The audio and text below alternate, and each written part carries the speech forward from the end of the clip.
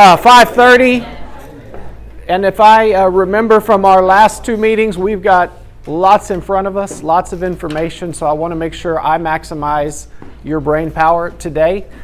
As I was reflecting after our last meeting, I realized we've had people coming in and out at different points in time. It's the summertime. Some were on the last task force. Some are joining us for the first time this task force season, I'll call it.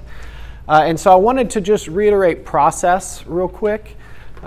Task force charged with making recommendations. In this case, our process is that we are asking you to either come to consensus around a plan at this point in time or around two plans that we can take to our community for feedback. If you'll remember in the first meeting, for those of you who were here, our process is task force recommendations, community feedback, bring that feedback back to the task force to make any potential adjustments based on broader community feedback. So we have tonight's meeting and we have Wednesday night's meeting, and our hope is that over the course of these next 4 hours of meetings, we may come to consensus around a plan or a couple of plans that we can then get broader feedback from our community, then bring that feedback back to you as a task force. I mentioned in the first meeting that I was doing the majority of the work and that from then on you'd be doing the majority of the work, and that's my plan tonight. I will start the meeting by sharing just a brief agenda. One, a recap of meeting 2. There's some information I want to follow up with you on. We either received some questions or we received some comments or things that were heard in the community and misunderstood. And so there's about 4 of those I wanted to make sure to address so that we all have the same information. Then I'm going to go through and ask you to help me in verifying where we may already have some consensus among the group. And then we'll analyze and discuss components of the potential November bond or VATR around the things that we don't have consensus on right now that we're well aware of. But first, just information follow-up. So question that came forward. What is the cost to a property taxpayer for a penny of property tax? That was a question that was posed last time. If we had a VATR and it was 1 extra penny, what would that cost be? Answer is approximately 83 cents per month or $9.96 per year, about $10 a year, per $100,000 of taxable value.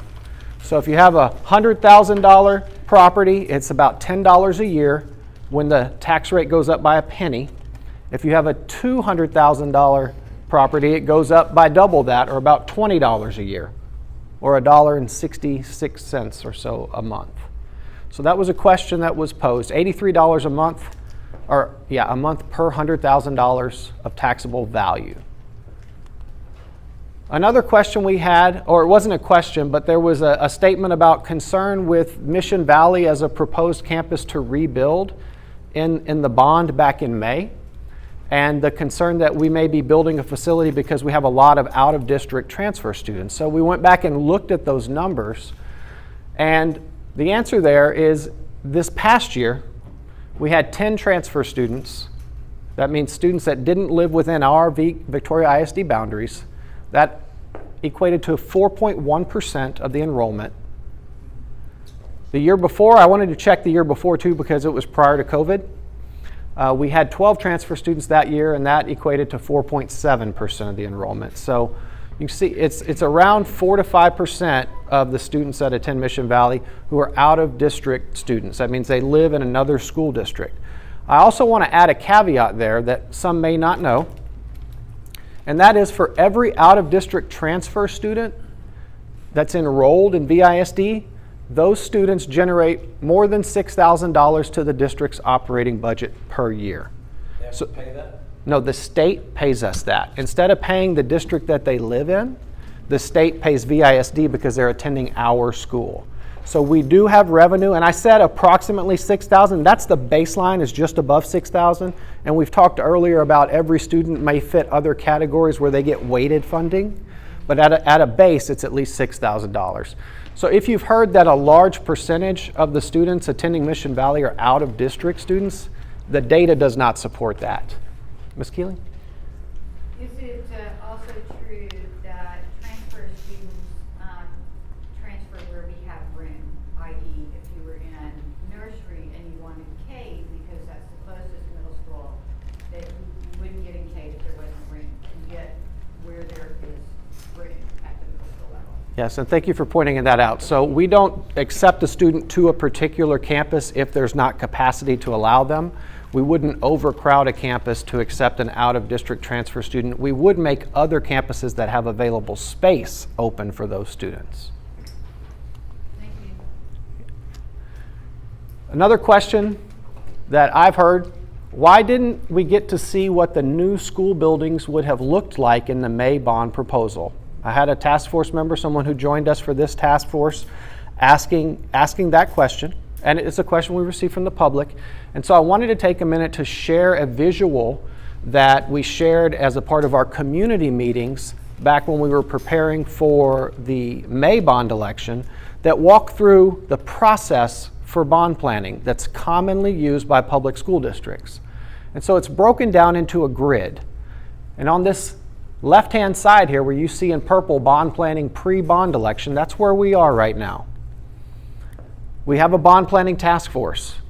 You guys are charged with helping us to identify and prioritize needs. It's what we're doing right now. We also ask the task force to consider scenarios and determine solutions. We also ask the task force, along with the district, to help us develop project scope, and we work on planning budgets based on estimated costs. In that process, we have staff involved, not just district staff, but campus-based staff who help give feedback on programs of spaces, if we're talking about renovations or building a new building, and analyzation of the total square footage needed for what that space is going to be used for. And we also consider TEA guidelines and requirements for those spaces. All of that was done as a part of the pre-planning before the last bond election. We analyze cost per square foot. That's how those planning budgets were determined. And then we look at whether or not, and this is an example of Mission Valley and Stroman where we were talking about building a new campus, we look at the space available to see if we could fit the work that's needed to be done. And I'll address that in more detail in a minute when I talk about where would the students go. So all of that's done beforehand. Then the election happens and the public tells us, yes or no, we support this scope of work. What happens after that? If the public approves the bond election, then the district has been charged with or given the authority to sell bonds to investors. You have to wait about 2 months after a bond election passes before you're allowed to sell those bonds. Then the district, during that process, after the bond is approved, would go about hiring design professionals to design whatever scope of work would need to happen. Those designs don't take place before a bond election passes commonly because those designs and that process is costly. It's a large expense for the district before the community has said, we support this scope of work. And so it's common for districts like ours to not get in front of their community or ahead of their community. And so it's for that reason that we didn't come forth with renderings of this is exactly what the building's going to look like, because it would be irresponsible for us to assume the community supported that and spend large sums of money to have those buildings designed. And that's commonplace for school districts. But if it did pass, you would hire those design professionals. At this point in time, the district hasn't hired someone to build any buildings. That's a process, it's a competitive process. There would be project planning and design, and all of that would involve staff input. So let's say we were building a new Mission Valley or a new Stroman as a part of the prior bond proposal, you would have staff involved, campus level staff and district level staff throughout that process, visualization, phasing plans. Then you go out and bid the scope of work. It has to be competitively bid, just like all the other types of things that we do in a public school district, and select contractors to do the work and actually have the construction. So this is a breakdown of the process, and as I was hearing questions about, well, why didn't we get to see exactly what the school would look like if we approved it? There's good reason for that. The district's trying to be a good steward. I don't mean to interrupt you, but I bid projects every day. Every day, that's part of my job. One of the things I do, I bid multi-million-dollar pipelines and things, and we bid them for 2, 3, 4, 5 years out. They're estimates, AFEs. When you say it's common to not get a design or an estimate before you ask for the money, if you were asking me for money, I would say, I'm not giving you anything. I want to see what you want to build before I think that's where the public is because the people that I've spoken to, they feel like they've done this before, the same thing. We're going to build a school, and we approve a bond, and we get a big bond. So one thing, I'm on giant red flag on bond planning task force. The number one thing y'all should put at the very top, traffic evaluation. It's still not up there. Biggest problem we have at the 2 campuses that we have right now. But saying that you can't go get those things first, I don't understand why you say we can't do that. I know it's expensive, but it keeps you from also going over budget. Because you say we want this and we got this much money, and then you go to building what you want, and the bond doesn't cover it, which has happened in the past. That because you didn't know what you were getting. If you have a box A and you said, give me a price on box A, and they say, well, I can give you this price up for 6 months or 12 months, and any material increase, because right now material's going out of sight, we can give you an estimate of what that would cost, and then you can ask for your bond for the correct amount of money. And I may have misspoken. We definitely had planning estimates. We worked with design professionals to determine current cost estimates. I understand what you're saying, but I don't know who these design professionals are, but we have so many problems at our current brand new buildings. I mean, we have parking lots that we don't use because, the traffic flow doesn't work. We have libraries we shorted classrooms, and we got libraries with 3 stories of wide open space above them where we need more classrooms. We got to get the most bang for our buck, and I think that's what the public that I talk to, the census I'm getting back, is that they're willing to be able to pay, but they want to make sure we're getting what we're paying for. And I think that's what we're here for, is to try to get together to get what our students need. I mean, we all, like I said earlier, I think everybody agrees that planning. Option 3, build new school, build new Mission Valley, build new Stroman, put in the works to build more schools to replace all our older schools. Everybody agrees that's a great idea. Now, getting everybody to pay for it's a different deal. But I think everybody here wants what's best for the students, but we got to get what our community will pass. And the things that are biggest problem in our system need to be addressed up front first, because that's everybody's deal. What are they going to do? What are we going to do? And we're not the ones making that decision. I'm not saying what you're saying is wrong, but going to get asked for the money, it's best to have the plan first. It's my opinion. Thank you. Ms. Keeley?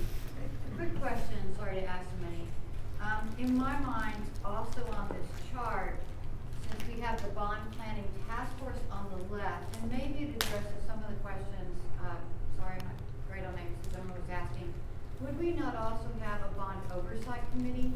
We would. I had not clicked my last click. It's there at the bottom. And so, yes, we would. And that is, thank you for bringing that up. And that's something that we'd shared in the bond planning process last time. I know we had a number of members of the task force who had the bond passed, were willing to serve. And this would have been open to anyone in the community who was interested in being a part of the bond oversight committee. That's a part of our effort to be good stewards and to keep the public informed as works are being done, to make sure they're on budget, to make sure the scope is what was discussed previously.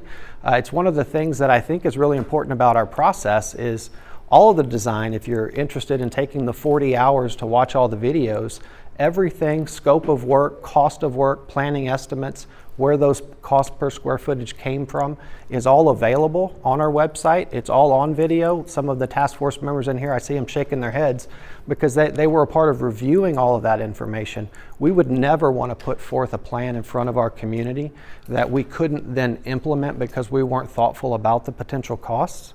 I will say this, there are school districts whose bonds passed in May who, because of the very unique situation we are in, with the high increase in construction costs, are struggling with that. But I think the general public probably understands that because everyone's struggling with that right now. But absolutely, your point's well taken. Anything else on process? Last thing, information follow-up. What was going to happen to students at Mission Valley and Stroman if the campuses had been approved to build new? We talk a lot about compassionate leadership. I'm going to suffer with you, right? I'm going to share my suffering. My suffering is I answered this question I don't know how many times over the course of 6 months. We made videos about it. It was included in every Victoria Advocate article. It was included in all of our bond materials. It was included in over 50 presentations. So in our first meeting, I said, help me when we get to the end of this process to know how to communicate and get information out to our public, because we still receive this question and we receive it as a reason people did not support the bond because they didn't know what was going to happen to the students. And so I struggle with that. But here's the answer to that question. What was proposed? New campus construction built at the existing campus sites. So Mission Valley and Stroman would have been built at the existing campus sites. Portions of the existing buildings would remain operational during construction. Some phasing of construction and use of temporary facilities, bringing in some portable buildings during the construction phase, was expected to be required and was communicated.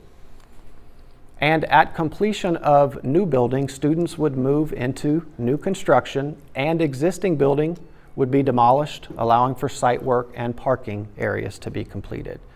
So that information, I want to share that with you because it is a part of one of the scenarios that the group is discussing. And so seeing in the last meeting that there was some misunderstanding around what would happen with the students, would they be sent to another campus versus remaining on their current campus? The answer is they would remain on their current campus and there would be phased construction. I want to make sure you're all aware of that and working from the same premise. Should option 3, for example, be something you're considering as a group? Okay, meeting 2 recap. Here's the results from the end of our last activity at the end, where I asked you to put green dots, and there were a number of torn green dots, as you can see from the votes, the half votes. But we had option 1, right? We had option 1, which was to do some repairs, which would ultimately decrease our INS tax rate from its current level, and to have a VATRE with an M&O rate increase equal to the INS decrease. So ultimately a total tax rate that's equivalent. There were 7.5 votes as we jotted down comments that the group made around option 1. Things we heard on the pro side for option 1 were 0 tax increase, pays teachers more, most likely to pass because there's no tax increase. Those were some of the pros we heard. A con that we heard was addresses only a portion of the identified facility needs. Option 2 that the group discussed. This was a bond that would do repairs plus potentially additional chosen projects by the task force that would maintain the current INS tax rate, keeping it where it is currently, and a VATRE for the community to consider, which would result in some level of M&O tax rate increase.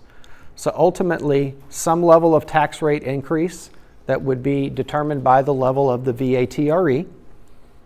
Some of the pros that were shared for option 2 were addresses more needs than option 1 in terms of facility needs, also pays teachers more, and generates more money from the state. On the VATRE side, we discussed that 60% of that additional funding comes from the state 40% locally. One of the con that was shared was that this would not address any new builds and that we'd be putting money into buildings that may be past their useful life. Yes, sir. That more money from the state, that's true, is a pro for all three, correct? It is. Yes, for all VATREs, that is correct. Yes, so all three, yes. And then the last option, option 3, it was going to keep the initial bond plan but separate out into multiple propositions, giving the community choice. In this one, the INS rate would increase potentially depending upon which propositions the community might approve. So that would be dependent on the number of propositions and what was in those propositions. And a VATRE that would have some level of M&O tax increase. The pros that were shared from the group on this one were it gives voters the most choice in what happens. Some shared that it was a better return on investment in terms of Stroman and Mission Valley's useful life and the money put in for repairs versus a new structure. Addresses the most needs that have been identified across the district from a facility standpoint and also allows for paying teachers more. Cons that were shared were that voters may perceive that this is what they've already rejected, but just repackaged in another way. Also, that it has the largest potential for a tax increase and may be a challenge to have community support. And so in the middle, I failed to say, 7.5 votes on the initial option 1. And this is just a pulse check. This is just to see where people were at the time. 6.5 on option 2 and 9.5 on option 3. And I will tell you, when I walked out of here, I really enjoyed the meeting, but my mind was going in 1,000 different directions. And so I'm thankful that we had the weekend because it gave me a little bit of time to reflect. And one of the things I found is that there are some areas where we may already have consensus, or we may be in the same ballpark around some things. And so it might be helpful for us to identify those things first, see if we actually have consensus in those areas, and then work on these other areas where we had some differing thought processes. So I'm going to pose this to you. There's a check mark there. That doesn't mean you have consensus. This is me asking. Components of a VATRE and bond, my effort to verify consensus. The first thing says potential VATRE. I'm going to reflect what I heard you say. I heard each group report that they thought the district should pursue a VATRE in November. That's what I heard. We have not yet discussed the number of pennies or to what degree we should pursue a VATRE, but I heard from every group that reported out that we should. So I want to ask for us to verify consensus. Do we have consensus on pursuing a VATRE of some magnitude, or is that something the group still wants to have more discussion around? I see a thumbs up. So how do you want us to let you I'm know? going to make a comment. Yes.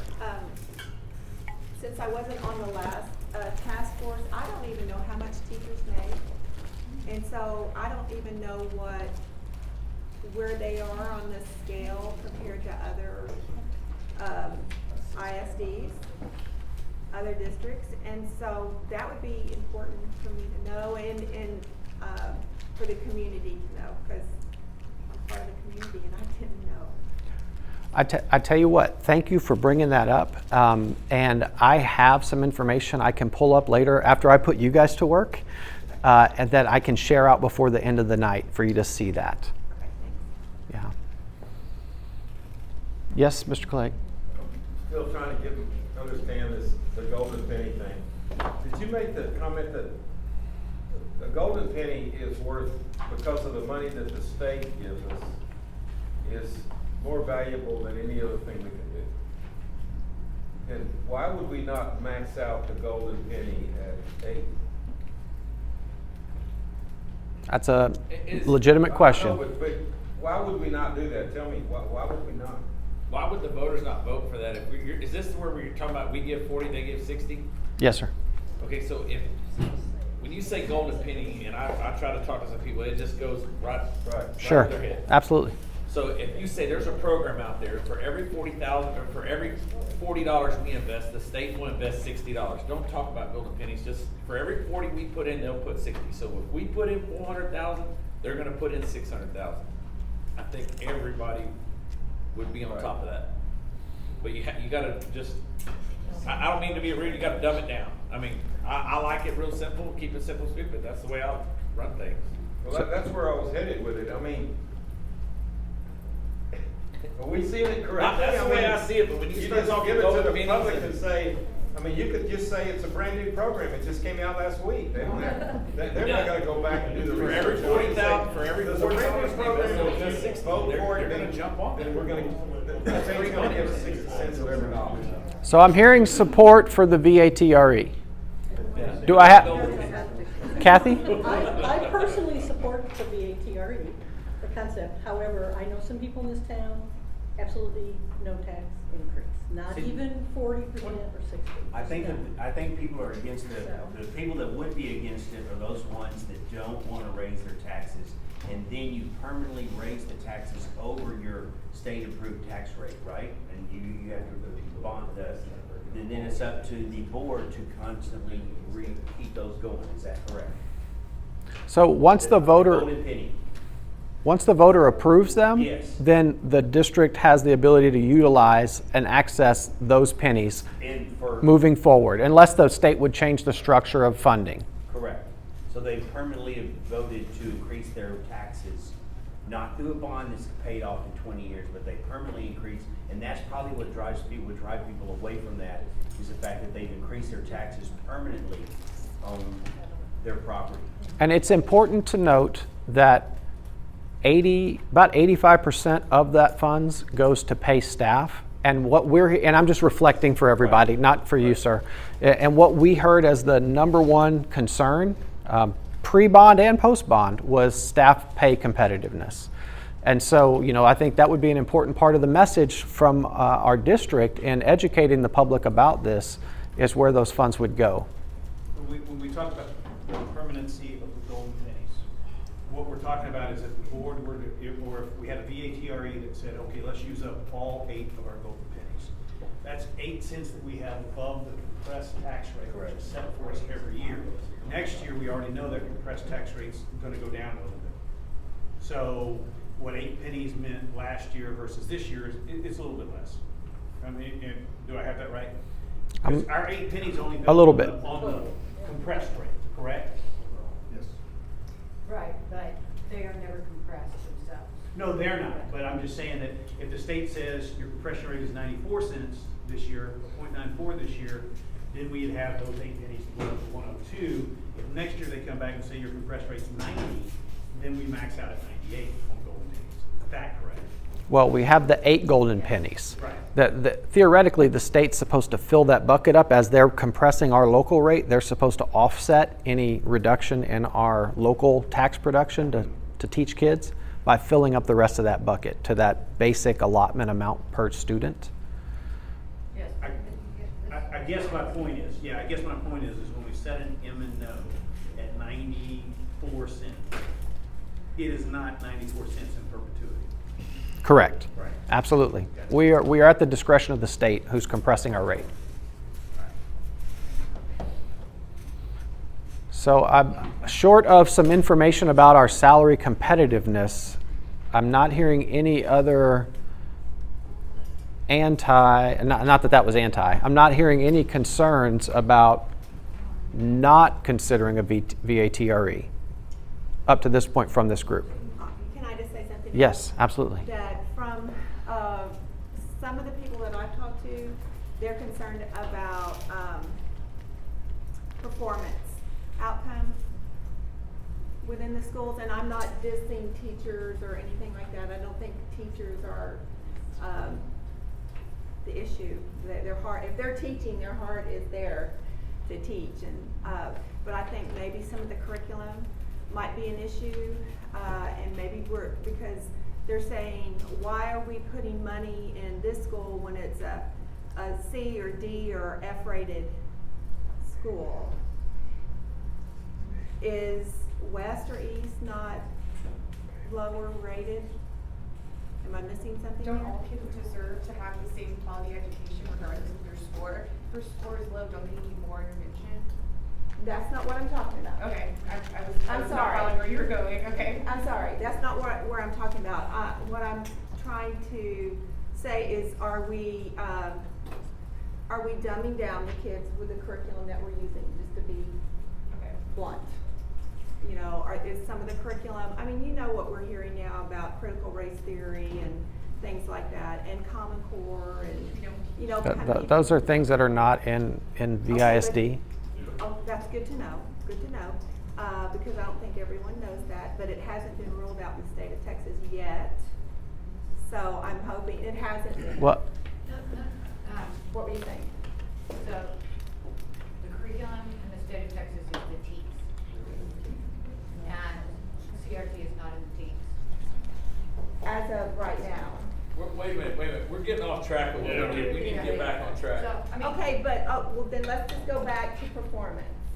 Let's just go back. Invested money, you're talking about invested money in schools that are performing poorly, is that what you're asking? Yes, But you're hoping to get teachers who are at a higher level than what you may potentially have in that higher income rate, that their higher salary will hopefully draw in higher performing teachers to bring those lower schools up is what the thinking is, I think, behind it. is that what it is? I'm just, I don't know if that's, I think we have great teachers already. So I think they're performing up to their abilities, or at least I hope they are. So that's just what I hear. I hear, you know, we're not getting the same, our kids aren't coming out where people think they need to come out at.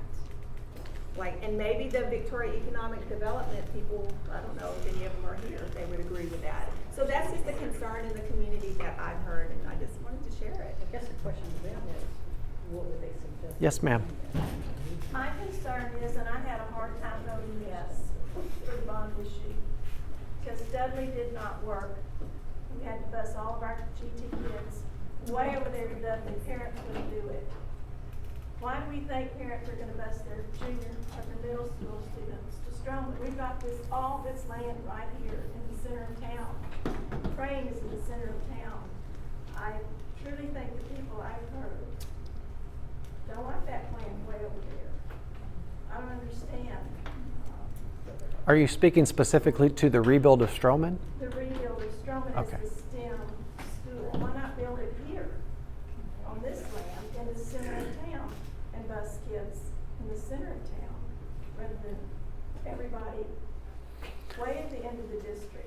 I'm going to ask you to hang on to that thought. I'm not trying to get rid of the thought. Hang on to that thought for a minute. I want to make sure we just focus on VATRE for a moment and see if, do we have consensus about, is that something among the group that we have consensus to move forward with for November? And predefined, we haven't defined a level or an amount. I'm looking for something we agree on. Yes, Bill. I think if we have VATRE and it's a no cost option, of course I think everybody, because we knocked down those two pillars of resentment. Mr. Clegg? Did you say that 85% of that money has to go to the teachers? I'm saying about 85% of our current operating budget pays for staff salaries. So when Mr. One of our task force members mentioned about that money being in perpetuity as opposed to being paid down over time like building debt, it's important that that money remain in perpetuity because it's dedicated to staff salaries. And once we set salaries at a certain level, we're not allowed to decrease them. Well, I think it's a really good thing, but I'm not going to call it a VATRE. I'm going to call it a teacher pay raise proposal. And we would certainly find ways to communicate it more clearly. That's just the state's defined language. Is all that money allocated to teachers' pay raise? Is all that money, if we're every $40 we put in, that $60 they put in, is that all going to teacher salaries? So that's the goal. of this is to support increased staff pay competitiveness. That's the goal of And we'll show VATRE. and we'll show you the data based on the question we had earlier about where we stand currently in comparison. Yeah, I know we're And when behind. you say, I mean, is it including at-will employees? I mean, because janitors and It's all maintenance there. staff? Yeah. I What- just want to make sure, because you keep saying teachers. Yes, we commonly use the term teachers. What we will share with you is that staff across the board are not paid competitively or at market pay based on a survey we had done last year. I just wanted to say what it is. I hesitate to say that because I don't set the budget, I don't I approve the understand. budget, I so understand. that's the intent, is to address salary competitiveness. My other little comment would be to, people want to know what the VATRE, I mean, some of us don't do What is that acronym? acronyms, and Oh, so- sorry. No, I got Yeah. it, I learned it, but I'm saying, I'm sure you would make sure that it wouldn't just be a VATRE, because nobody would knew what X, Y, Z. Ashley would be responsible for creating a slogan that everybody understands. Are we ready for me to move forward from beyond VATRE, or Mr. Mercer? Well, I just want to go back to a comment, I think Mr. Posey made one, that he thought that it would be a slam dunk as long as it didn't increase taxes. So when we're building a consensus, I just want to, I guess that's what I want to get a grapple on, is the consensus that a VATRE in the effort to support raising teachers is beyond consensus, virtually unanimous in this room. It's easy to say if there's no tax rate, it can be unanimous, but if it's everybody that we run into says, I don't want a tax increase, well, nobody wants a tax increase. But we can't sit here and say because there's a tax increase it's not gonna pass, we won't get anything passed ever. I mean, if we just if all we're gonna put forward plans that doesn't provide a tax increase, we can always get those passed, but we ain't gonna get much, you know? But I think if VATRE will pass, whether it's a small tax increase or no tax increase. But we have to pay our teachers more, it is what it is. We're behind. And this is, oh, go ahead, sir. What percentage of the teachers pay more than, say, the average school? I'm going to bring out some data here in just a little bit. I've got to pull it into my presentation, but I'll be able to share it with you. Okay, and so important note, we're not defining the level right now, and it could be that you reconsider that based on the scope of something you want to do facility-based, but as we sit here right now, we want to leave that on the table to consider is what I'm hearing. Okay, so second thing that I think I heard consensus from last time, and I see people anticipating what's going to come up on the board. I think I heard consensus around some level of priority repairs for facilities. At a minimum, that some level of priority repairs be addressed. And there were lots of conversations around options and what amount that might be, from doing all the repairs identified to building additional campuses through multiple propositions. But all of them had embedded in them, at a minimum, some priority repairs. That was my perception. Do we all, is that an easy slam dunk? I'm looking for the things we agree on. And that would be. What's the definition of Oh, priority? that's what I was going to ask. So I'm A lot of things that were mentioned on high priority, moderate priority. Priority means that which can keep the school's operation, which is air conditioning, and the roofs. So thank you for bringing that up, Mr. Zook. That will be an exercise. Should we be going with certain options, I'm going to ask you to help us to analyze what initially fell under the category of priority repairs for the first task force and say, okay, based on whatever level we want to go to, we've got to potentially whittle that down to the highest priority of those priority repairs. But I guess I'm looking just for initial consensus that everyone agrees that there's some level of repairs that need to be a part of this process. If you're not building new. If you're not building new. And that's going to drive us into some, okay, yes, Ms. Mosick. Okay, this is just because I'm preferential, but how does Mission Valley go from being a potentially uninhabitable school, which is why we wanted to build a new one, to receiving the least amount of money in this proposed maintenance budget? I know part of that has to do with student enrollment numbers and size of campus, but That's a great question. Very appropriate question. That makes me worry that we're not going to get the amount that we need to do the proper repairs for our students if we're not going to get any given. So, important to understand that when the task force work occurred initially, there were identified areas of repairs or identified areas of systems within each campus that were assessed. And within those, we looked at what needs to be done. And Mission Valley is much smaller than some of the other campuses, so there's one. Mission Valley also, the way it's constructed and the massive portables, there's certain work that's done on a traditional actual structure that's not done on a portable. So it wasn't to shortchange anything that would happen at Mission Valley under those categories. It's simply the way that campus is constructed. There's some things that you would do on other campuses you can't even do because of the way it's designed. So it's a function of both size and scope because of the current design. Because paving is definitely something that is needed out on that campus, but it's not even listed on here. Great point. So again, going back to the last task force, so paving was initially was categorized as a moderate priority item. That's why you'll only see it noted on a very few campuses where we have like significant potholes, significant like dangerous things, not dangerous, bad for vehicles, bad for vehicles. She's getting back to people parking out on the highway with 65-mile-an-hour 18-wheelers blowing by you while there's 45 families parked on the side of the highway waiting to get in there. Now, the principal's done an excellent job, as long as it's not raining, of circling people onto the grass and making them come in there to get them off the road, because they were in front of my driveway, and I told them, I said, I don't care if y'all got to go through my property, we got to get those families off the road before we lose families on the road. That's what she's talking about as far as paving is parking. It is a priority because of just safety, like you said, for our families.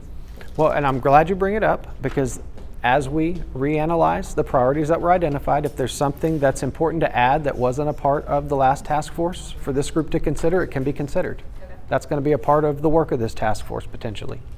And I was just curious, Dr. Bonewall, to know if you knew the second oldest school in the state of Texas. Mission Valley Elementary? That's right. 1887. I am going to next throw out something that I really like, things where I don't know what you're going to say. It's kind of exciting to me to not know what you're going to say.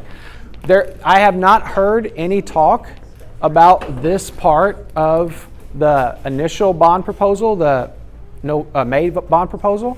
I haven't heard it talked about in here, but I did hear a lot of talk about it when I was out communicating it. And that's playgrounds.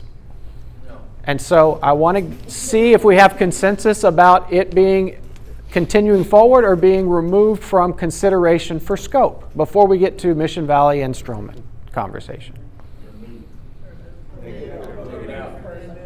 That was the one thing every community member I talked to said. Everybody said what?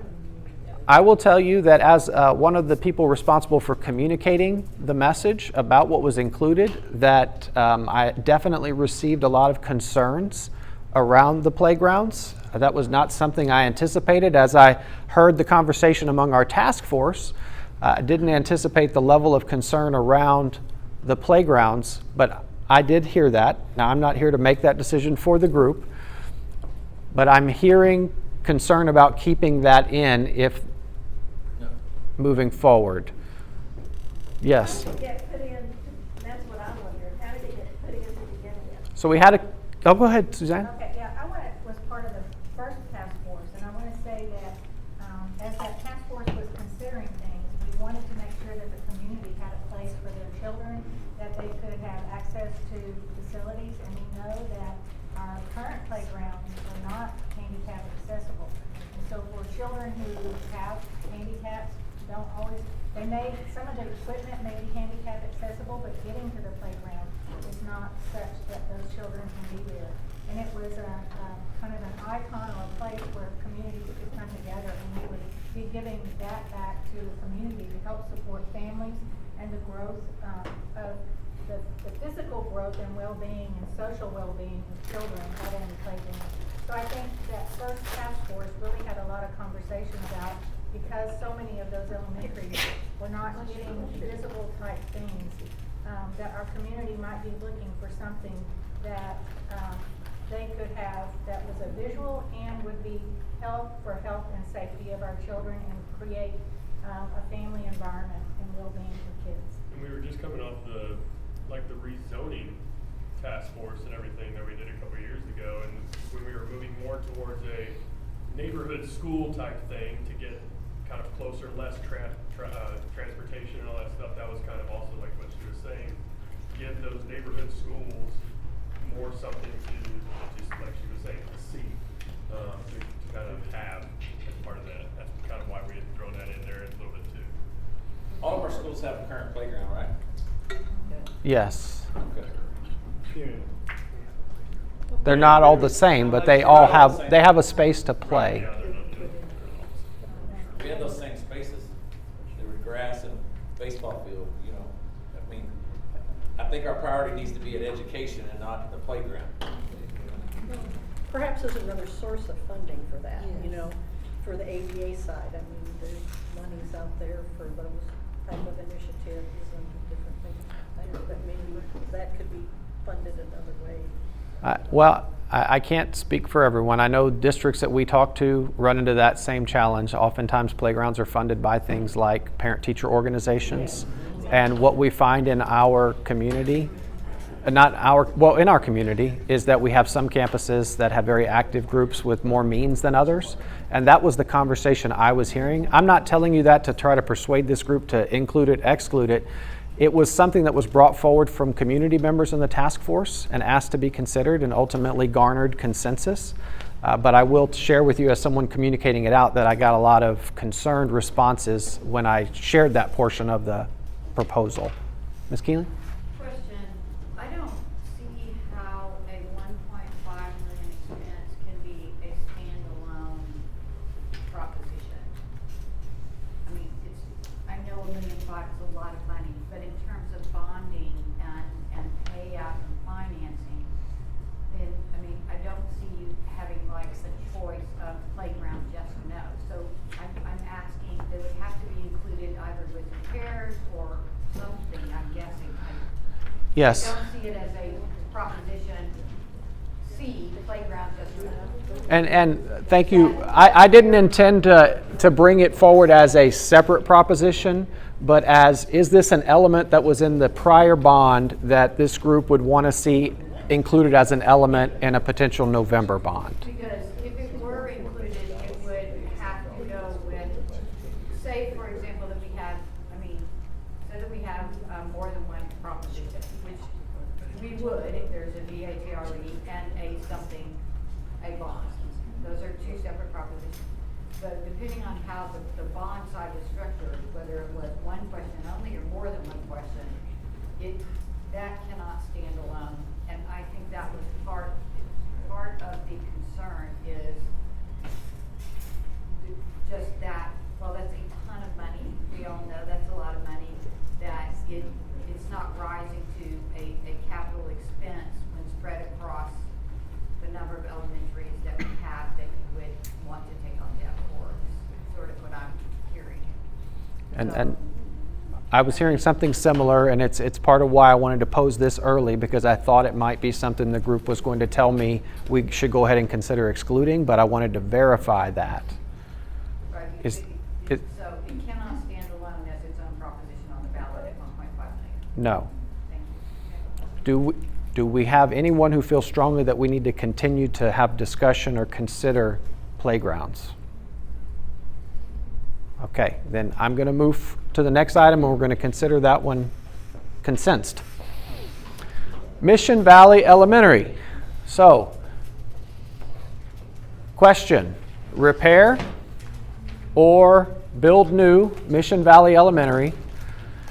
The high priority repair cost identified for the various categories was approximately $1.5 million. The build new estimate, based on escalated construction costs, it was initially 23. Now it's 25.8. Here's a little additional information about Mission Valley Elementary. On the left, you see those high priority repair categories. There was no estimate for major renovation of the campus because of the age and condition of the campus. And then you can see the rebuild estimate. That was designed for 400 students because we know we're experiencing slow but steady growth in that area. So it would provide capacity, what we expect for the distant future. I have a question. Yes. So we talked about the reaching the critical 40%. That's like 1/16 of the thing. That's not even close to 40%. So what would be the rebuild cost? I mean, I know you didn't look at it, but if you wanted me to consider the 40% to get to the 40%. Rebuild cost on what? You mean the renovation? The major renovation. So because Mission Valley, because of its age, design, and a large portion is portable buildings, we didn't give serious consideration to renovating it because of the way that it's structured and the age and condition of it. Can I add something to that? Yes. When we went on, at the beginning of the first bond task force, we went on campus tours. And as we're at, I think it's Smith Elementary, they're talking and said, oh, these kids, they have to go from outside the hallway to get to the gym. They gotta go outside the hallway to get to another building. And I was just standing there and I was like, oh, okay, but I don't see why we need to rebuild this when the kids at Mission Valley have to go outside the classroom to go to the bathroom.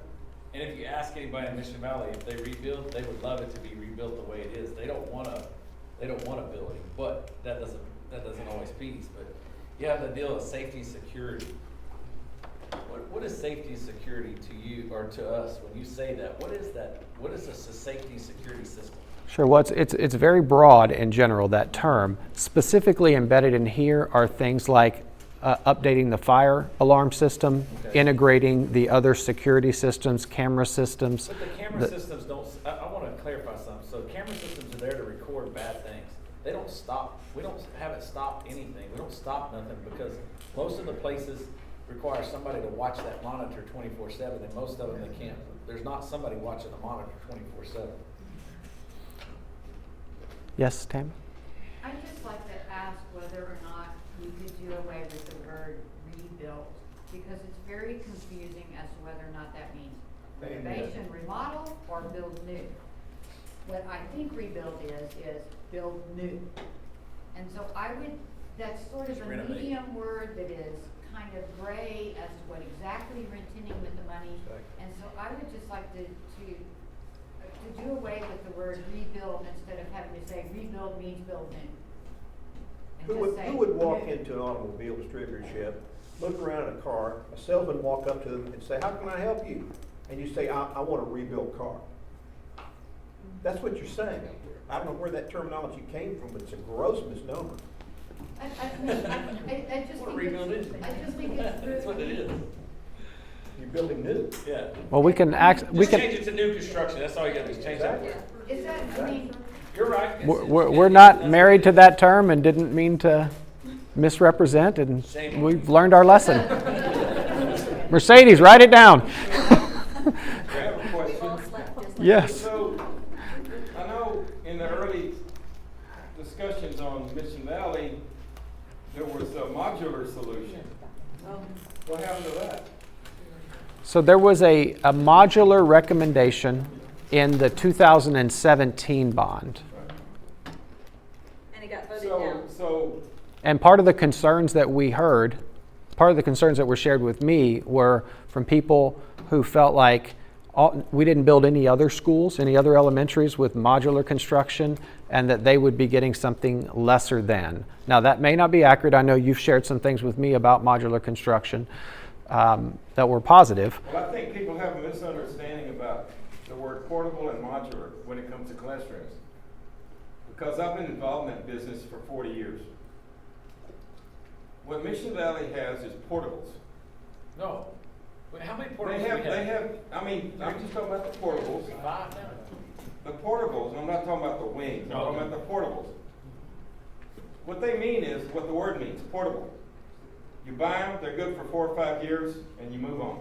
Mine's 30 They're years not old. designed for long-term use. Those portables have been there for how long? 31 to 34 30 years. Okay. Way past what they were supposed to do. Those portables are basically a cardboard box. Now, there's another product called modular school buildings, which I have sold in different places around the United States. They build high schools that way now. They build elementary schools that way. They build hotels that way. They build cruise ships that way. It's not the same thing. So, first thing, you need to understand there's a difference. You could save a lot of money if you went back and looked at a modular solution for Mission Valley, as well as update the wings. I don't think anybody's ever looked at that kind of a package. So that's my 2 cents on it. There's a big difference between portable and modular. Is modular concrete? No, it's a structure that's built in a package. It's built off-site and brought in, put together. It has 50 years of shelf life. The biggest hotel in San Antonio was just built. Can I ask the group, particularly those who were here in 2017, I know that was what I shared with Mr. Clegg was some of the feedback I received, but it may not have been broad feedback. One of the things I've learned is that we all have our own echo chambers and we hear certain things from the groups that we interact with, so never want to make an assumption about that. Did any of you in the community hear concerns from Mission Valley's area specifically about modular when it was proposed? Yes, a great misunderstanding, thinking that they were getting less, that it was not high quality new construction, and there was a great deal of concern about that. And they were building a school for less number of students than what we had enrolled at the current time. That was the biggest concern. They were not allowing us to grow. They were going to build us a modular school for 250 students, and at that time we had 262 students on campus. It's built called using modular construction. It's not a modular school. If there was a website put out, I believe back when the bond came out, We looked you at could that. go to that website and look at that. You could also go to a school here in Texas where they've already built one, and I went, and because I was like, what? You're doing modular? And they sent me the website, and I'm going to educate myself, because I've sold modular homes when I was a young man, and I've seen different things. I know some of the things John does, but it's not what we think. It's not what the general public thinks when you think of modular. It's building components, and they move them to you and put them together as an entire unit. That was explained during the meeting that we were at, that whole process, what you just said. Yeah. Mr. Kraut? It's not. Why are we getting into that much detail about this proposal? If we're looking to build new for Mission Valley, whether it's built new in a traditional sense or done with the modular style, it's still built new, whether it's built on site or shipped in. That should be something of discussion for the bond oversight committee, not discussing for the actual proposition. Your proposition is just to build a new school. Well, I think that the one area where we would really need to hone in is because we'd need to do a planning budget, and Mr. Clegg, I think, was bringing this forward as an option that would be a less expensive option than traditional construction. So we would actually ask if the task force ultimately wants to consider a proposition that includes a new Mission Valley, we would need to come to some consensus around whether or not that was going to be traditional construction or modular construction. Does that include the demolition? Yes. It does. It includes, that's an all-in turnkey, every cost. Yes. But the cafeteria is okay. Yeah, the cafeteria and the gym would stay. And the office building's okay. I think basically we're talking about some deficiencies in the wings and the porta cafeteria. And all my kids went to Mission Valley, so I know a lot about it. Did I miss something there? I think the question to the group is, do you prefer potentially focusing on high priority repairs, given Mission Valley's current status, given what you think the community will support, or do you think we need to focus on building a new campus, new construction, whether it be, y'all picked up on that? Whether it be modular or traditional? Keep in mind that you can't repair the portables.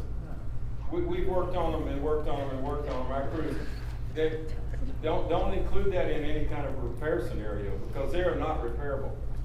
And that's why go to the landfill. That's why the number is so low on repairs for Mission Valley, because you can't do things to so much of the campus. But go ahead, Johnny. I've done a lot of work on them. They're done.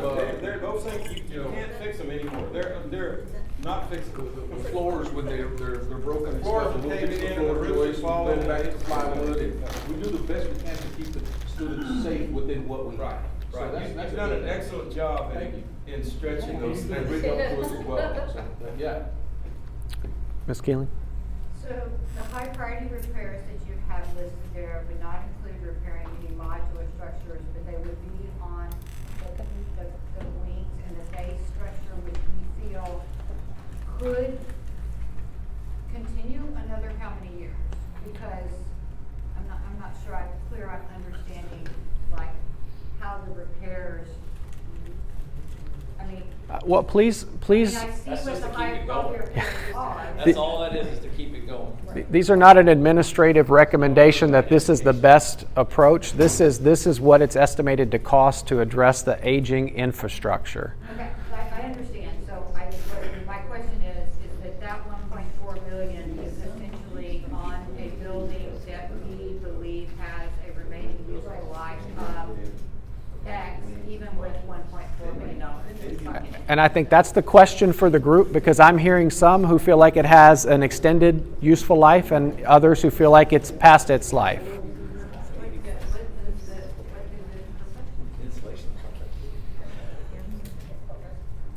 Well, the facility assessment brought forward a number of concerns, and the task force that met previously prioritized Mission Valley among a number of campuses to recommend for rebuild based on its aging condition. Some of those task force members are among us. Ms. Lingle? I was just going to add to his comment where it kind of sounds like what he's saying would be a reno. So it'd be a lot less money. We're keeping some of the major structures and getting rid of the portables and doing some modular work. So it wouldn't be a complete new construction project. It would kind of be in the middle like a reno. That's what I'm hearing. You can't renovate Mission Valley. The walls are this big. They're this thick. The glass is just as thick as the walls are. I mean, there's nothing there, and it's strong. It's built out of concrete. It's, It needs no windows. huh?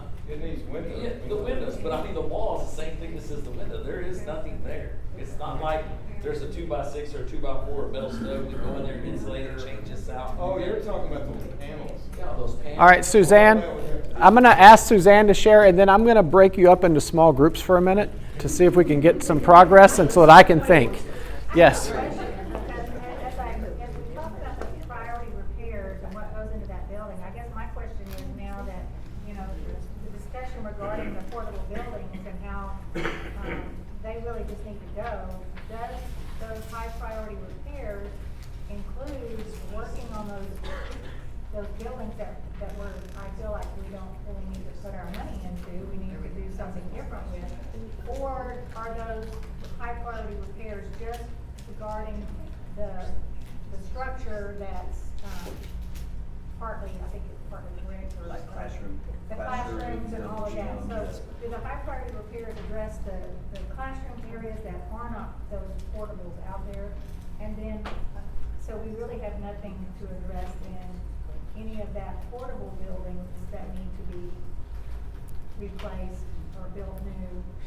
I don't give you. That's my question. I don't really remember exactly what's in that high priority part. If it includes those. They do not include repairs to the portable buildings.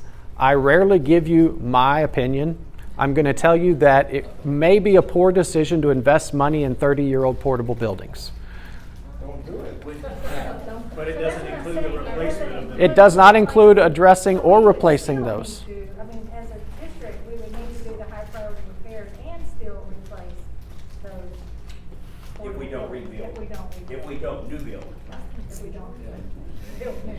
So I'm going to ask you to go within your groups, and you tell me what the best solution is. Okay? Take 10 minutes. Y'all come up with the best solution at your table.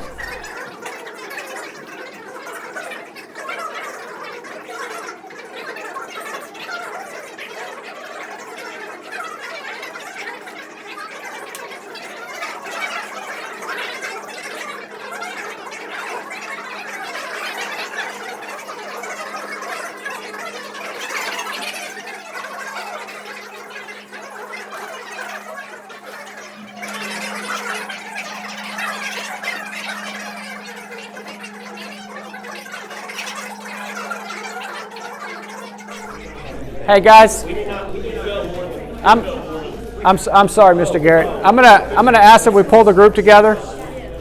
So,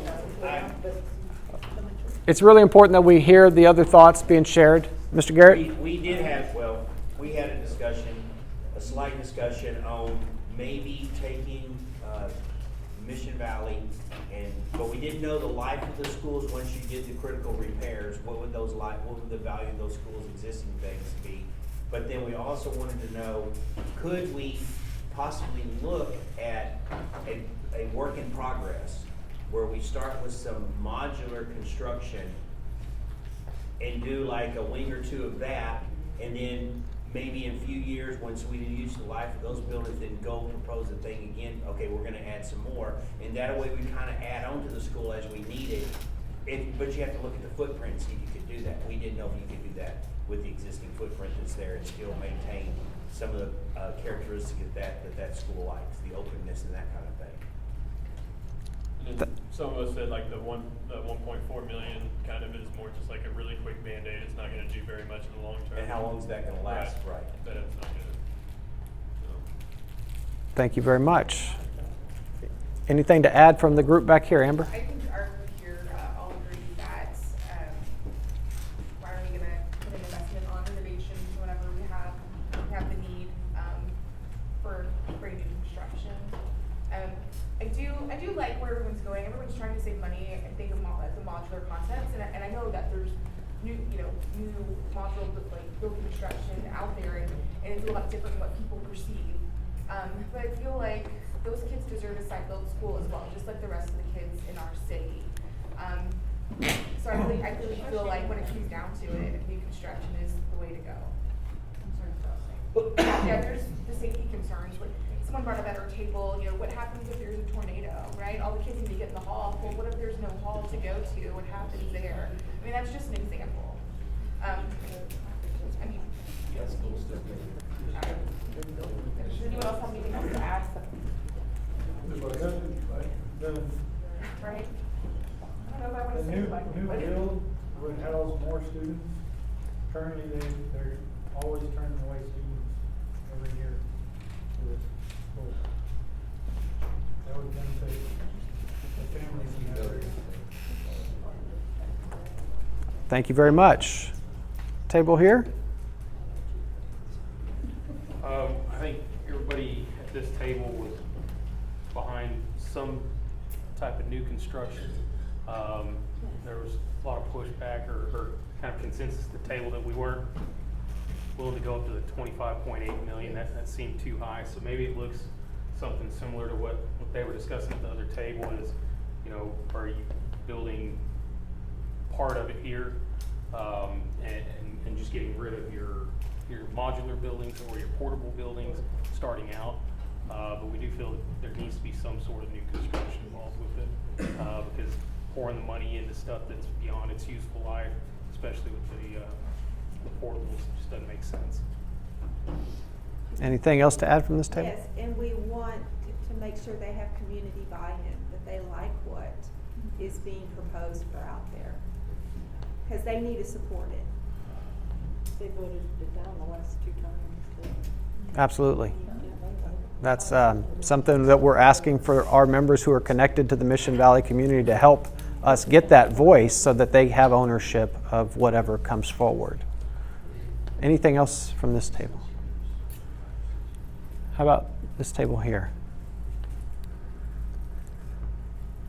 we agree that we need some type of new construction, but as for the 25 million, I personally, they are all for it. I want to be very clear.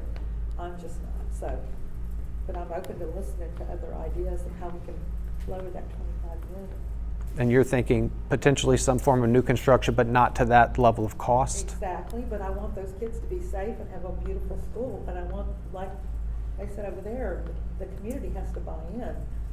That is a huge thing, I believe. Anything else to add here at this table? Oh, that area out there is growing, so, Oh, I yeah. mean, they need something bigger, more space. Table on my back left here. So what we came up with is a blended system with possibly modular and then doing rehab on the office, the existing classroom, and all the brick and mortar buildings. So it would be a figure less than $25,843, but to offer better, get rid of the portables whose life has gone by the wayside. I want to add just something. You know, when we see those pictures or those figures in the Advocate on grading schools, it's very powerful. Okay, when you have an A for your school, it's a powerful thing. When you have an F, it's a powerful thing. Typically, in my estimation, and please confirm that Mission Valley has an A every time. Well, they are And awesome. other schools, well, whatever, maybe I'm wrong over the past 20 years, I don't know. So that sells, and I think if you have any hope for something to sell with a new school, it's Mission Valley, because it's had such a high score for so long. You have to look at the political reality of whatever you're dealing with. That's just my own opinion. Doesn't reflect anybody else here. So I'm going to try to rehash. I think I heard some level of new construction, potentially with some level of modification of or renovation of the current, some part of the current structure. Okay. Biggest concern that I think somebody needs to check in very quickly is that number could be grossly off, not by 2 million, but by closer to 8 to 10 million. That number could be 35 million right now. Yes, it could. The increases I've seen and what I have to purchase and deal with, it's not a small percentage, it's a large percentage. I mean, and the more closer you get to construction products, the higher that percentage is going. So your concern is that for the new construction, that number may be too low Yes. for what is planned there? Okay. Okay. If that number, did you add to that number, or you're saying it might be, you said that's the number they came up with before? No, the initial number was 23 million. So it's gone up about not quite 3 And million. that 23 came from what year, 2000, what? Just this last May bond Last election. yeah. So it's been adjusted by a I'm percentage. afraid it's gonna be drastically higher now. I'm not saying it can't come back down by the time we're building, but I don't, from what I've seen, I don't see it. Okay, well, that's progress on that conversation. This is probably the most challenging part of our conversation. If I had to, in my head, give perspective and rank order. So know that we're in the toughest part of the conversation, I believe.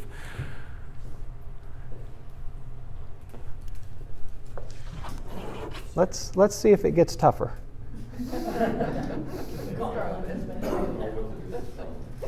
All right, so when we get to Stroman, and I'm gonna learn my lesson and talk just for a second and throw you back into small group. But when we get to Stroman, so at the top, repair, renovate, or build new. These are the adjusted costs, not the costs that were a part of the May bond, but these are the adjusted costs based on what we've received in terms of current inflation for construction. So high priority repairs, that's adjusting That's addressing all those different plumbing, electrical, roofs, HVAC. The major renovation versus the new build cost are very close to one another in terms of those cost estimates. It's important to note that the Stroman proposal was for 1,200 students because it is our STEM middle school, and it is intended to be a middle school of choice for students from across the district who may want to attend that form of instruction. So I'm going to ask you to consider the conversation that the initial task force considered, which was with Mission Valley, because of its design, that repair number was a very small percentage of the new build, new construction cost. Here it's a little bit of a different story given the size and condition at Stroman for those priority repair categories. It's about $25 million currently estimated versus the new construction cost. And so I know that was something that the first task force wrestled with, and I'd ask for you to wrestle with that now. And before you do, I'm going to share a wondering that I have from our last meeting, in that when we did the initial voting on the options with the little green circles, I will tell you I walked away a little surprised. I mentioned that we all have our own echo chambers. I can tell you that my echo's pretty loud because I was one of the two guys out there presenting on behalf of the district during the last bond, and afterwards got a lot of feedback, people wanting to be helpful. But part of the feedback was, man, this was just way too much. The cost is too much. The tax increase is too much. So when the group here was, we had 9.5 voting for option 3 to put forth the same proposal, but with separated out so people had choice. Part of what I was wondering was, are you hearing something different than what I'm hearing from the community? Because I only interact with a certain group. I don't know everyone. And that's why we have task forces. So as you're talking about what you think makes sense, I also would ask that you reflect and share with the group what you hear from others, because ultimately it's our community that has to support whatever might come forward to them. So please discuss what you think best options would be for Stroman, and what you're hearing that makes you think that's the best option. And you got 15 minutes because Stroman's big. And if you don't think Stroman needs something, I'll challenge anybody to go over and visit it and meet with the principal and walk around and look at every building. Because I did the day after this meeting last, I went straight there and looked at it. Go look at it. That's all I can say. All right, jump in, please. Our time is precious. Well, I think the 99 that's the fine arts building. That's the only thing. Is that right? The 99 was the band building, the fine arts building. Correct. So nothing has been renovated or built since 60 years.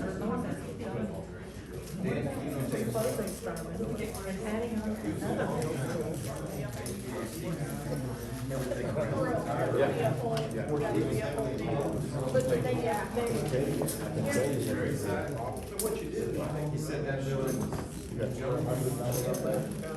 He said that the school board knew it.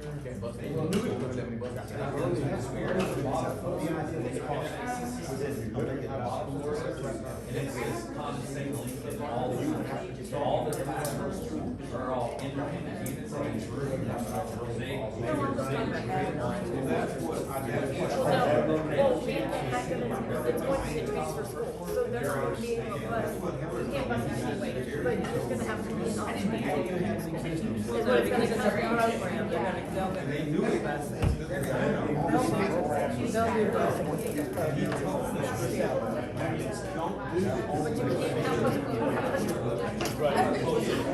I mean, it comes back to that, but again, y'all like have bus drivers, right? I said close bus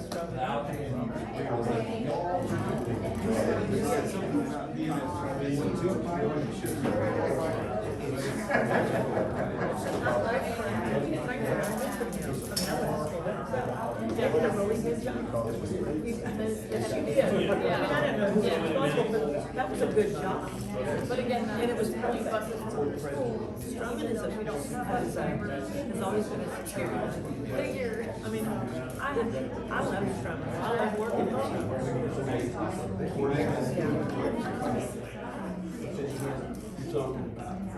Is there room to build on a K? Is there room to build on it? Well, it needs to be done anyway. But I'm just saying, y'all was saying, it's like, there was something from the profession. You know, it wasn't fair that kids had to go to Strumming. It wasn't fair that they I understand. But I'm just saying, if we did something we should have thought.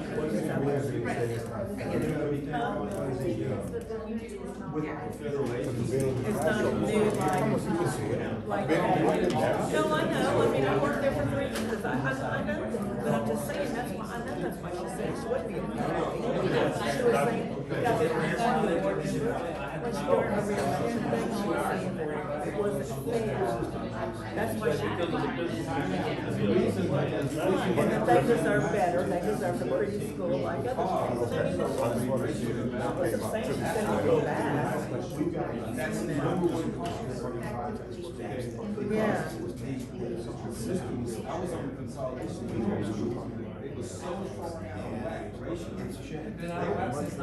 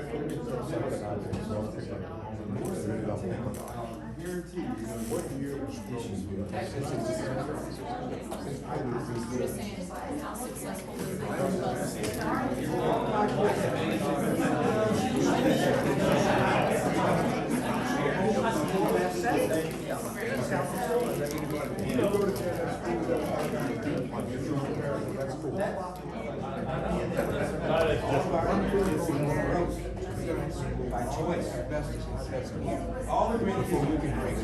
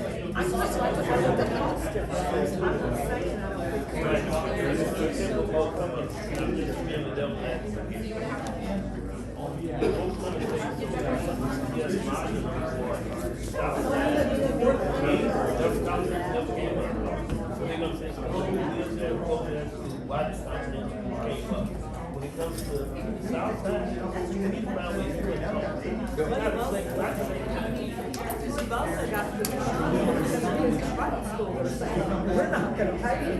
We're not doing it. That's why we raise the amount of for us to pay for the schools and stadium. Not off of us.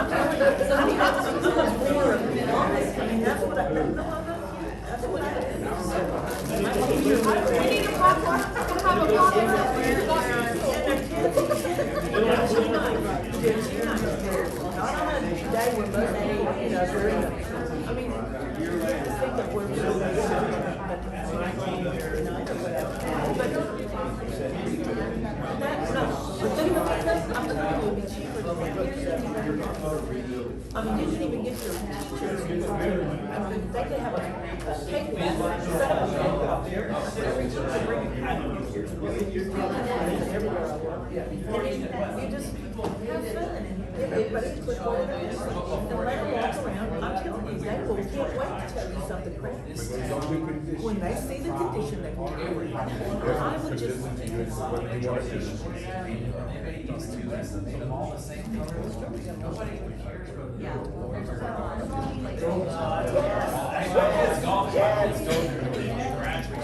They don't have that, they don't have their operating.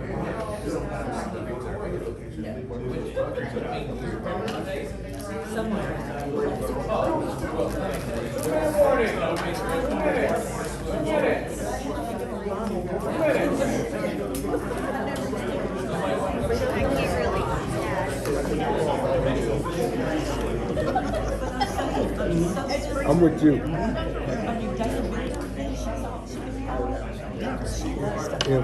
If they don't see it, they're not concerned about it. And with the 80, should be 100. I mean,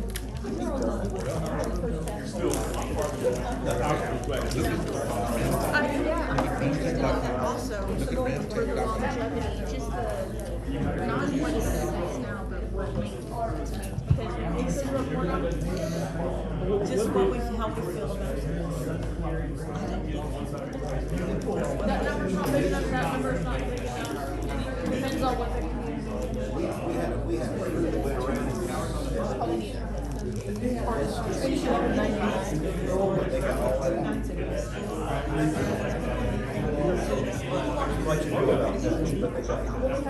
That really did me then.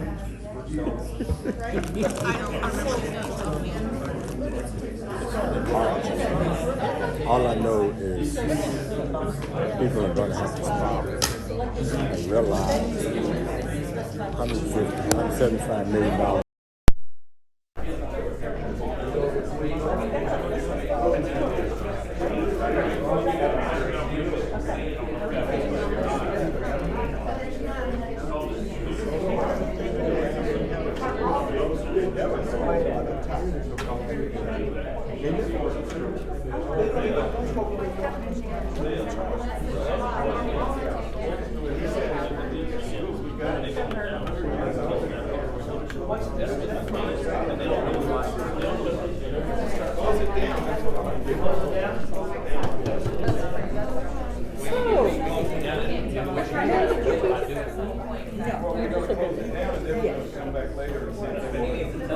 So let's go.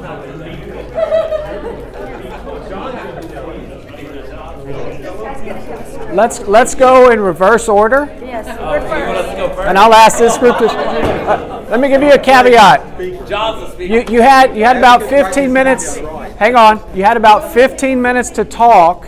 I'm going to ask you to summarize, which means 2 or less minutes. Not pontificate. Summarize.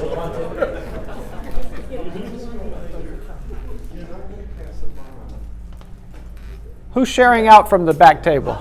Okay, Bethany. We don't like any of these ideas. We don't think that any of them will pass. And so we would like to incentivize closing gross for a year, ship 250 kids to all the other middle schools. Oh, sorry. We were talking a lot about this. Ship 250 kids to all the other middle schools, and let's see how important it is to move Stroman back and make sure that it's usable again.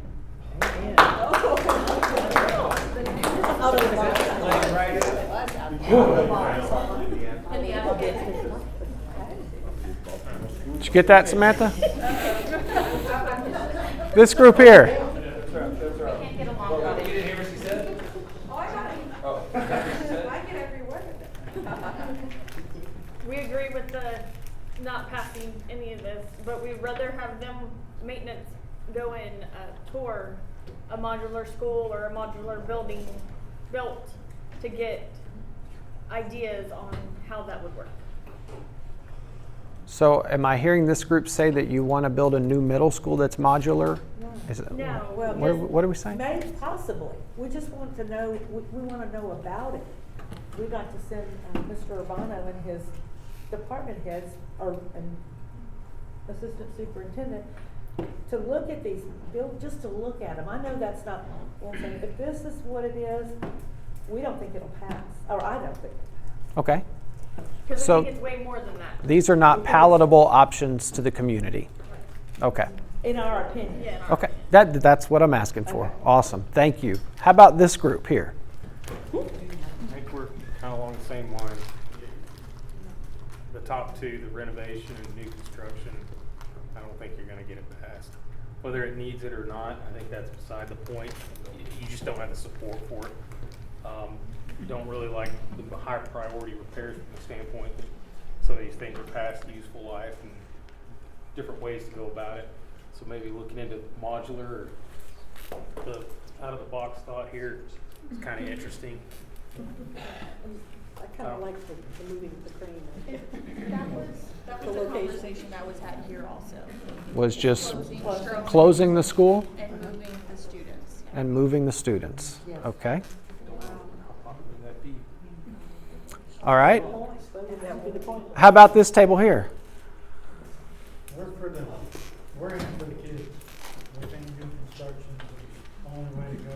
We're all here for the kids. Granted, taxpayers probably won't vote for it, but after the incident in Florida, maybe they'll change their mind. The building's not safe to keep kids there, so what is the solution? Where are you gonna send these kids? Because we're gonna get to a point to where the building is no longer safe and they're gonna have to go somewhere else, so. I do have a question about the building. I understand that AC's bad, the priority repairs are bad. What about the bones of the building? That's what I wanna know. Well, nobody has told me what the structure of the building is like. When we did the site tours, the teachers on the second level were telling us that when it rains, they have water running down the inside of their walls. That's correct, but that's a roof thing. That's what I wanna know about And the then- structure. And then the plumbing, they're constantly having plumbing issues. That's a- But once you dig into the foundation to fix the plumbing, No, the building is up off the ground. it's. You can clear all of that away. You can say you have a good foundation, you got good walls, you got a good concrete structure, a good masonry wall. You can strip it down to where you can see the sky through the bar joists. Design what you want to go inside, put the walls where you want, get rid of all the periphery sidewalks and gates and things you don't like, or you want a window, you can cut it in, put it in there. Isn't that the 82 million? That's at 82 million. Got, yeah. So then, There's only That's $1 what million they're saying, difference. Paul. I do have a question on that Real then. cost. I have a question. If it's 82 million, if it turns out to be 82 million, then what is the value of that building now? Because if you take some of these old houses and you spend 150,000 and you buy the house for 150,000 and you buy it and you put 150,000 in it, some of them go up to 450,000. So because of the value, because of the construction on the building, I'm talking the frame, the mortar, that kind of stuff. If you repair that, is it worth then more money than just the 82 million? And what you would have, you would only have 83 million there with the new building. A different way to answer that would be to say that you would not build a building the same way that Stroman is built. You'd end up with a cheaper, lighter weight, shorter lived building, and you'd get into the situation that we mentioned over here at the table. You mentioned that the most expensive building you had was the newest building you had, because it did not take the weather very well. You can't We had put high that- roof repair costs on Right. the newer buildings. Okay. So to say just because a building is new doesn't mean that it's cheap. And the design of that building is not set up for junior high level students. But when you take the building, just the main building. The main building. The main building, and you redo that, you could make that designed for a junior high building. So let It's me, just big enough, because you're not even using the third floor now. So you have a third floor up there that you could use. They are now, they're going to use it. it's a fourth floor, and we're making it usable. It's a fourth floor, and we're working to make adjustments to make it usable because the STEM programming is coming in, and we've got to Right, so that's work what I'm saying. for a structure with what we have right now. It will be usable this coming school year. But let me ask this table, Mr. Garrett asked a question, but can I ask you to share out what your thoughts were at the table? Someone from the group? There was discussion about not doing a Stroman campus and building in other places, building it completely off of that campus because of the growth pattern of the city. But then there was discussion that we still need to service those kids on the south side, so we're in a dilemma there. Do we build again, or we do that? So we did not come to a conclusion on anything, honestly. We discussed a lot. So I think there's a couple of things. Anytime you're considering, and I hear things where the data that I think you're pulling from doesn't match with the data I believe is accurate, I feel a responsibility to make sure you know that. So we went through a significant process of rezoning the district a year ago. And I see Corey shaking his head. He's a teacher here, and he was one of the people on that committee. We spent a lot of time on that. I oftentimes hear an assumption that we don't have students on the south side of town. And in fact, when you do a scatter plot and you look at a grid, we've got about 80-something% of our students all within a really tight net. And it's why we have so many schools that are close to one another in our city, because most of our kids live in a very tight, we have 600 and something square miles, but most of them live in a very tight net. We don't have to bus students a significant distance to get to Stroman. In fact, they're so closely divided with Howell on the east side that we did not even move that line. So if you have heard that we're having to bus students to get them over to this facility, it's purely inaccurate. The other thing I would say to you is when we did this assessment, we looked at the utilization. We closed 4 campuses. because we want to be responsible with taxpayer dollars. We closed 4 campuses, and we made sure that we were utilizing our buildings to the best of our ability in terms of efficiency. And those middle schools are around 90% capacity for their functional capacity, for what's working. So to think that we're going to take approximately 900 students and distribute them to 3 almost full middle schools currently is not in the best interest of students. I heard that from somebody at the table. And I'm not saying anyone wants to do something bad for students. I just want to make sure you have the data when we start throwing out ideas like just not using a campus. But there's a reason behind that decision. It's because that's what was done in the past. When that's what we talked about. When they consolidated, after consolidated, this town stood in line to vote to get new campuses built and make a bond pass. Before that, they didn't want to vote. They didn't want this. We consolidated and everybody wanted to pass that and get the new schools built, whatever we needed. Okay, well, I just want to make sure that you have that data available, so as you have conversations moving forward, you know what you're working with in terms of functional capacity. We're just trying to come up with an idea. We're trying to figure out a way to sell this deal. That's what we're. We all know that Stroma needs replacing. We all want We're that. trying to figure out a way to sell it. Exactly. And if you try to rewrap it and put some different lipstick on it, it's just not gonna, I don't think it's gonna fly. And that's a very fair part of the conversation. That's why we talk about just close it down. It'll Shut open it down. people's minds and eyes. Dr. Morgan, you had something to share? Strowman is rebuilt, becomes the STEM building, the STEM campus. It won't be the kids from the south side that are going to Strowman. It'll be kids from all over the community. Anybody that wants STEM education will go to Strowman for the middle school. That's why we're projecting the 1,200 capacity. It's not. But the people won't pass it. I agree. I want it built. I think it's a good idea to build, but to try to get the people to pass it, that's what we're here for, is to come up with a solution that we can get voted and we can get passed. No, I agree that that's gonna be a difficult thing. But my point is, it's not the students on the south side that we're building that building for. Absolutely. And that's what a lot of people believe. From all over the country. Greg, I know we're almost at time and you want to get this in teacher data. I just want to add one other piece for consideration when we come back on Wednesday to continue this conversation. The idea of potentially just shutting Strowman down or walking away from that building would potentially cost the district millions of grants that we've secured trying to build these curriculum programs. That's a good Certainly point. something that we could do, but I would hate to throw away that investment. I have a question that needs to be answered after the fact.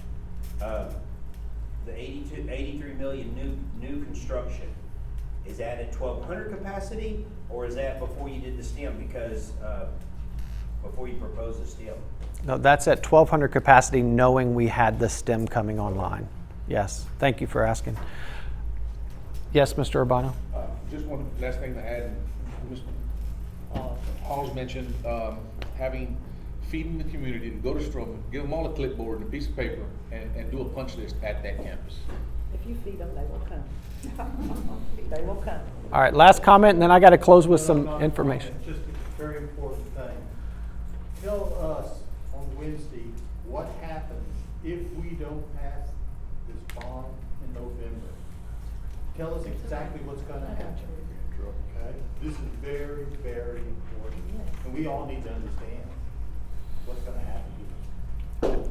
So on that note, when we come back on Wednesday, my goal for you as a group is that we walk away with 2 potential conversation pieces to take to our broader community.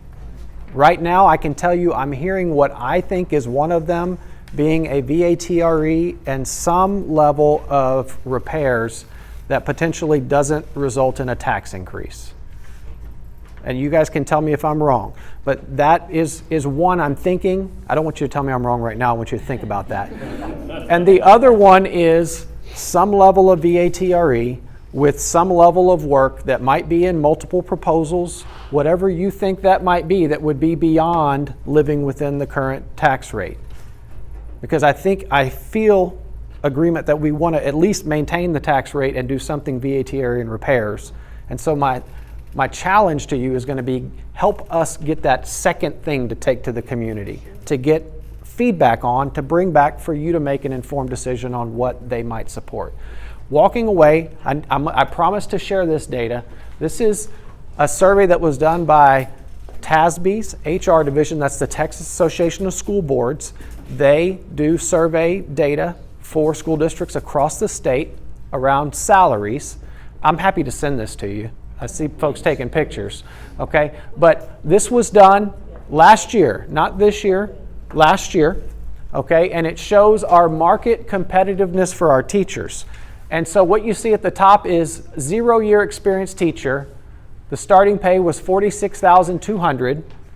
The market median, now that included school districts in our area, our greater vicinity, like Goliad, Cuero, Edna, but it also included, we compete against cities, so it included some outskirts of the Houston, Austin, and San Antonio area as well. We could hire every teacher in this region and not have enough teachers. So we are a little bit above market for starting pay.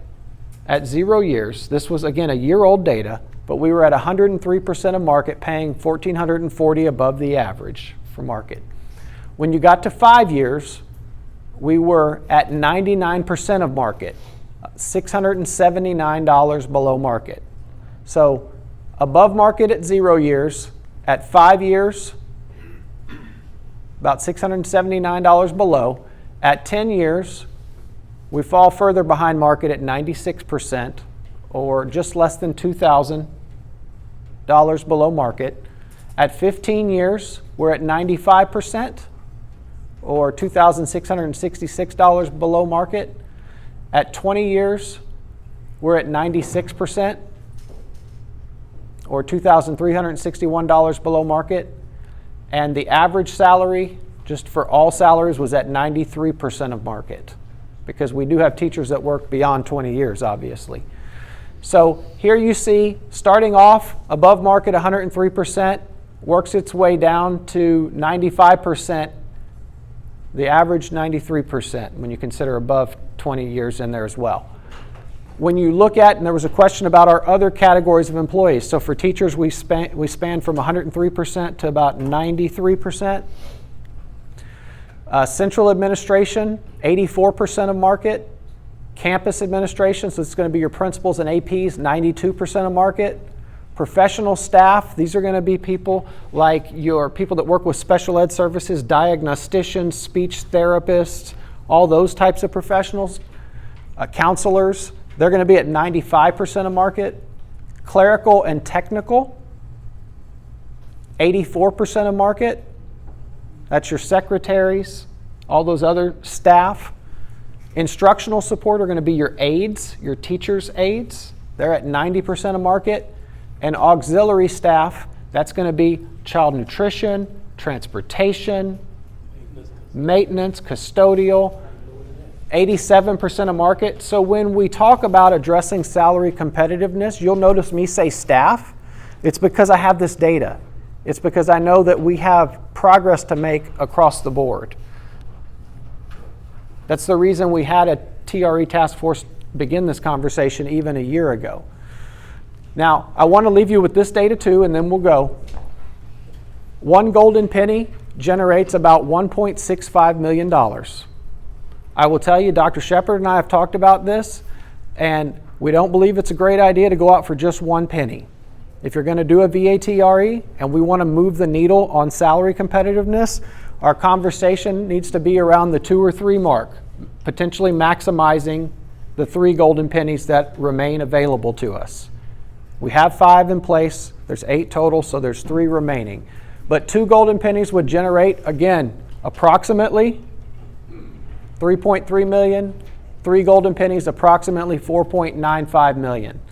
As a reminder, and I appreciate y'all picking up on this, 60% of that is generated at the state level, 40% at the local level. So it is a benefit to the community that the state kicks in. I just have a question about something that was on the table. I see there's some information on here. Yes. Covered. Is that, So we had a full agenda today. I did have a task force member who worked on a scenario that they wanted to share with the group. So I went ahead and put that out on your table as well. That was not something I generated. That was something a task force member shared. As I shared with you guys, my commitment to you is to share all information with everyone. So I'm sorry that we didn't have time to get to that information, but please feel free to take that home and review it as well. I haven't gone through it. I just got it right before the meeting, so I haven't had a chance to look at it. The other sheets, the other Excel spreadsheets that were on your table, those are things that I put together. Those are coming from me. Just as a reminder, last slide, I promise.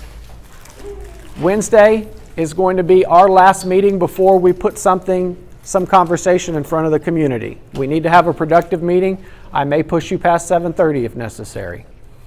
We will then schedule dates to put this out to community conversation, get feedback, and then bring that feedback back to you and make a determination. Is there consensus to move forward with some plan or not? But ultimately, we have a timeline. The board has to make a decision no later than August 16th at the very latest by law. That's the latest they could possibly make a decision on this. For the November election. For the November election, yes, sir. November of 2021. This November 2021. Okay, if you have questions, please feel free to stay behind. I'll be happy to talk with you. Thank you very much.